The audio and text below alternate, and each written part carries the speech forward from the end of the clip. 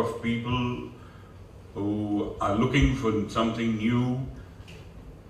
They are going to dominate the demand, the consumer demand on this, and they are the young people who are earning more money, and they're already in this space in their own fields, and technology they grasp very easily, so they catch on anything interesting. Some things are clear. It's going to be shorter content, most of it. Most of it is going to be shorter content, because the attention span as it is growing shorter. I guess like the 5-day cricket to a 1-day cricket match and down to a 2020. It's bound to happen in everything, and it's going to lead to these 5-minute and 15-minute outbursts of something brilliant, and everybody wants to have a look at it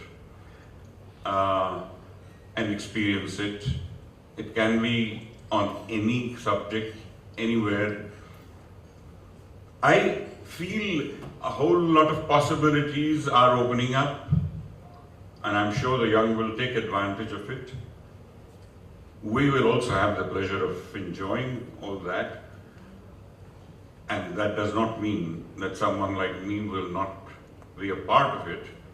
Please believe me, if I moved from a normal film to a 70mm and then on to the little screen, I'm very, very happy to move on to this new medium, this new platform.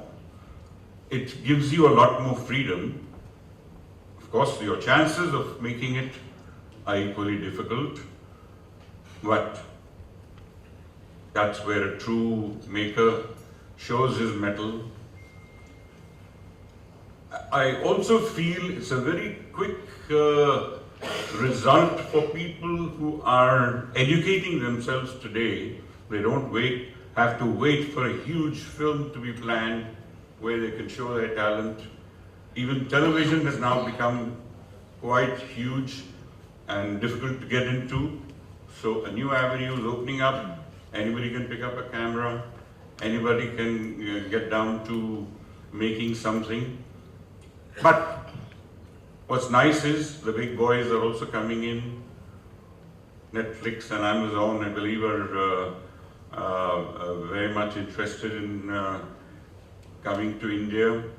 And I believe as the business grows and as the business sees more monetization, and which is at the moment, it's not very easy to see how it's going to go and how we're going to get the money back.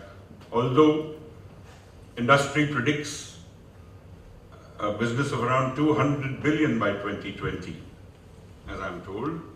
So I think we're all looking at a whole new phenomenon related to the kind of entertainment world and media world that we're talking about, but it'll probably take a slightly different form, and I think we'll all welcome it.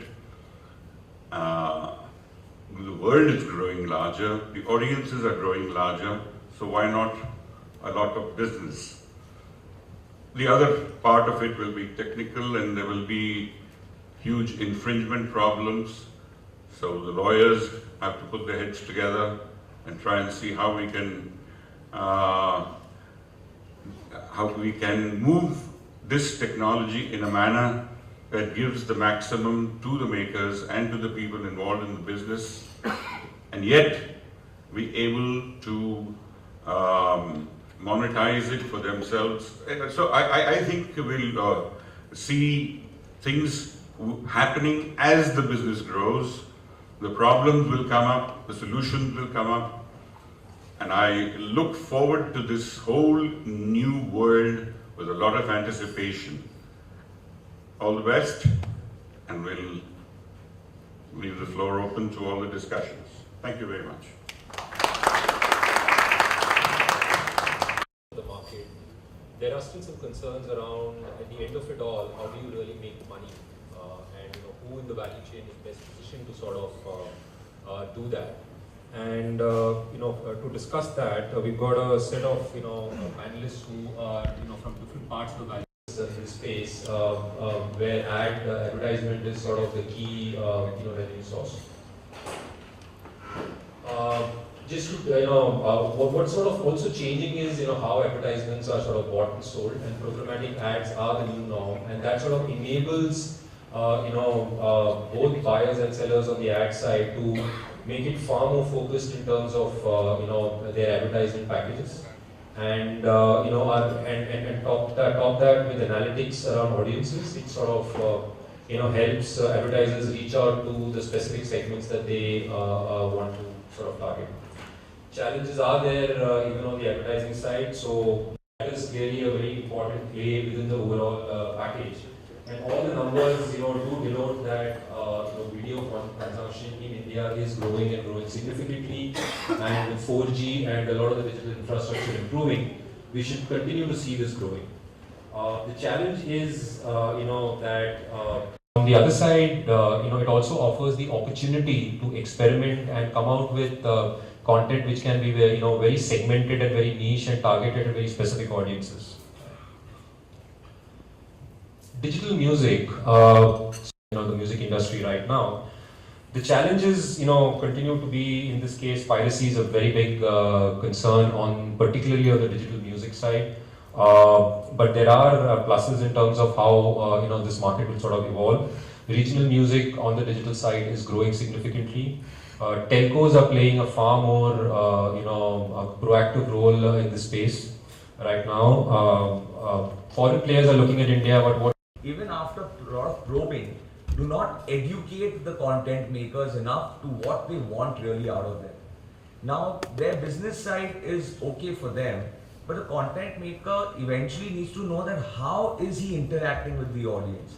So the mature side of our film industry, and even though Hollywood has been, and the West especially, has been an intensively open market, India survived even for like I guess 100 years, even though the market was closed, because there were content makers who kind of passionately drove it.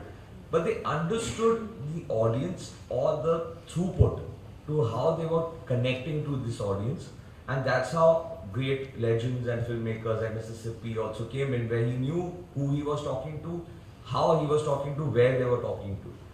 Now, as I think this is the beginning of these sessions, and I think in the frames this year, is that content makers who probably are veterans in this or understand the side of making content begin to understand where this market is going, or maybe the market, like you said, is kind of everything has been thrown up in the air, starts consolidating, then a serious content maker will say, you know what, there's a lot of, there is a big investment a content maker makes, even if it's a writer or a musician or something. There's a part of him that he invests, which actually a lot of people don't value enough because if they are not content makers. So they are very, I think they're very possessive of it for whatever reasons. Also, their time investment in creating that is very valuable to them. So what we see is, as we want to go into this new phase of the content space, we'll have to handhold that maker or that creator, because he wants to just be sure that even if he makes his content, it gets out there. It gets out there, it reaches X number of eyeballs. I guess that's why YouTube kind of is still the biggest in that space, is because it's kind of delivered to a large number of people that yes, it reaches a certain audience base. So in our ecosystem where new players are coming, which is great, I think we will have to kind of handhold content makers to help the... No, I think it's a very interesting point you make, right? And everybody says, and the word compelling content is something I've heard from pretty much everybody, but I think the point that you make is very valid, that I guess nobody's really got a pulse on what that content needs to be, and potentially there needs to be far more sharing of the kind of analytics that is available to a lot of the platforms to be able to assess what's the kind of content that really works, who wants to watch what, and then sort of work with the content makers to create that. Right? Exactly. Ajay, so your organization really works fundamentally on original exclusive content, and would be good to hear from you now then on how do you see this, and how do you sort of work towards creating the content that you work on. So I think our fundamental belief is that if you see the larger theme that play over the years, it's fairly that of disintermediation. So while we can say we don't know what people want or what are the things that are actually going to work, there's a whole new ecosystem of creators, companies, monetizers that have already kind of established themselves, right? So with each generation, like I've had the unique advantage of seeing print in the 90s, then being part of the broadcast industry for about 10 years in the 2015 era, and now digital, right? So what I've seen is that all three eras have actually different sets of people evolving, right? As the pioneers, as well as probably some of those people who are actually going to be the established players of tomorrow, right? So when it comes to print, almost 75% of your money was invested in non-content operations, right? I mean, since we're talking economics, and I'll just take 2 minutes of this. What represents the entire session, where we are moving, especially the Bollywood industry? Sorry, that's him. Hello. Celebrities. I don't know. Are you leaving? Yeah, my section is done. I know, I mean, at the top. You coming now? Yeah. What is Go give your interview and let's go. I once I go inside, then they can't talk out. Sorry. Ditto, whole TV in 20 rupees. Correct. How do you see the whole Bollywood industry, the entertainment industry, especially in India, is going on? Till it doesn't make sense to the entertainment industry on what they can do with digital in terms of what are the economics, because they know what they get out of theaters, what are their shares and what the future is. Big filmmakers, there's a lot of cost riding. I think new filmmakers will take the leap and adventure into the digital space. The more established makers will not. And what happens is, it's the problem of India has always been the middle. The money will go behind the big stars, or there will be people, they are looking for people who are available at free cost, almost. We have been a company which has made big films from the middle. And that is the reason there are not enough people who back the middle. Until that doesn't change, India is not going to change the digital content space. Okay, apart from this, there are, the moment the whole thing started, there are very few makers who know the filmmaking art. Prakash Mehra Production, Vishesh Films, there are very few production houses. Now the corporate involvement, do you think corporate involvement somewhere is a hurdle? It's not a hurdle. Actually, they do work, but I think the corporate involvement is, as soon as the involvement, they understand both sides. See, there is a legacy of filmmakers who, not for anything else, it's not, this is not a kingdom, but it is because when I learn, if I'm a carpenter, I learn from my father, there's something more I learn from him and I will take it forward. The issue is that in the corporate environment, people have come from very different, diverse sectors. They do not know the root causes of many things and why certain things were done a certain way. And as India evolves, they are more looking to the financial P&L, but not understanding that how that the bridge can be made. But I think a lot of the young corporate which are there are open to a lot of conversation. I think if that conversation is constructive, it is the corporates are good. They are good then. Okay, what's there in the pipeline? Are you working on some project? Yeah, Raz is fourth version of our franchise, edition of our franchise is going to be coming soon. Also, we are 2 or 3 projects which are under production. There's no announcement officially yet of it. So as of now, I will just say that Raz will come through, and then a lot more projects coming through. Okay, something out of the box. With the process going in the Bollywood industry, people are planning to make a biopic on R.D. Burman.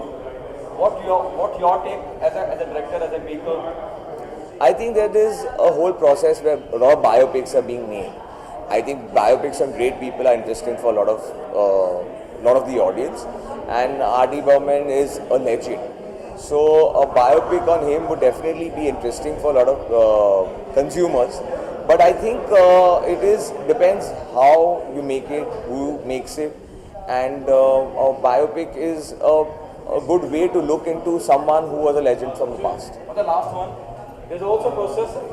Amir Khan is in talk before to play R.D. Burman, Priyanka Chopra to play Asha Bhosle. What's your take? What's your view on that? I have no take on it. Whoever plays it, if you're playing the life of R.D. Burman, is already a star in the film.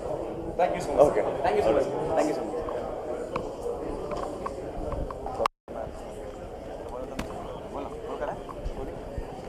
Please take your seats. The whole process is very interesting, You get 20 rupees monthly TV, How do you Please take your this seats. whole change in Bollywood industry, digital platforms especially? I don't think We don't want to lose time. I know people the are answers hungry. have been found. Please take your seats. Okay. Govind sir, can we do it there? Okay, Akil. Hello. Well, Yeah. is asked, I understand.